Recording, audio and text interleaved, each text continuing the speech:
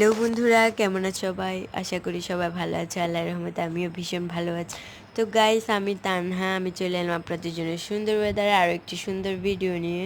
তো আমি যেহেতু আমার লাইফস্টাইলের ছোট্ট গার্ডেন নিয়ে ভিডিও করে আজকে থাকছে এরকম একটা ভিডিও, ভাবলাম যে আজকে একটু গার্ডেন থেকে ঘুরে আসি। বাট দেখলাম যে বৃষ্টিতে গাছগুলো স্নান করে আছে এবং একই দৃশ্য দেখলাম, ভীষণ খারাপও লাগছিল আবার ভালোও লাগছিল। এদিকে দেখলাম যে গাছে একটা গোলাপ ফুটেছে এবং গোলাপ ফুলের ঘ্রাণটা শুকে ভীষণই ভালো লাগছিল। বাট পরে দেখলাম যে আসলে আমার ওই গাছটার গোলাপের ভরে ওই গাছের ফুলের ডালটাই ভেঙে গেছে। ভীষণ স্যাড লাগছিল। আসলে যারা ফুলগুলাকে মানে যত্ন করে, গাছগুলোকে বড় করে, একমাত্র তারাই জানে যে একটা গাছ ভেঙে গেলে কতটা কষ্ট লাগে।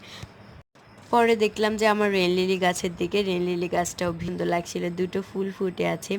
এবছর আমার রেন লিলি গাছে অনেকগুলো ফুল ধরেছে, মাশাল্লাহ খুব সুন্দর লাগে এই ফুলগুলা। Pink colour, my favourite colour. তো এদিকে দেখলাম যে আসলে বাইরের ওয়েদারটাও কিন্তু ভীষণ সুন্দর। কিছুক্ষণ আগে বৃষ্টি হয়েছে, মনটাও ভালো। সো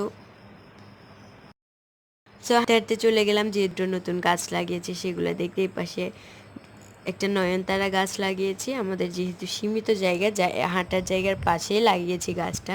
দেখলাম যে গাছটা বৃষ্টির পানিতে ভিজে ভীষণ সুন্দর লাগছে। মানে বৃষ্টির পর গাছগাছালির চেহারাই অন্যরকম হয়ে যায়। আমি এই সুন্দর ফুলটাকে নিয়ে অনেক ছবি তুলে নিলাম, অনেক ভিডিও করে নিলাম। ছবি ভিডিও তোলা শেষ, তারপর পাশে দেখলাম যে আমার রং বেরঙের পাতার গাছটাও কিন্তু ভীষণ সুন্দর হয়েছে, মাশাল্লাহ। তো আজকের ভিডিওটি এ পর্যন্তই গাইজ, দেখা হয়ে যাবে নতুন কোনো ভিডিওতে। সবাই একটু আমার ভিডিওতে লাইক কমেন্ট করে পাশে থাকবেন। ধন্যবাদ সবাইকে।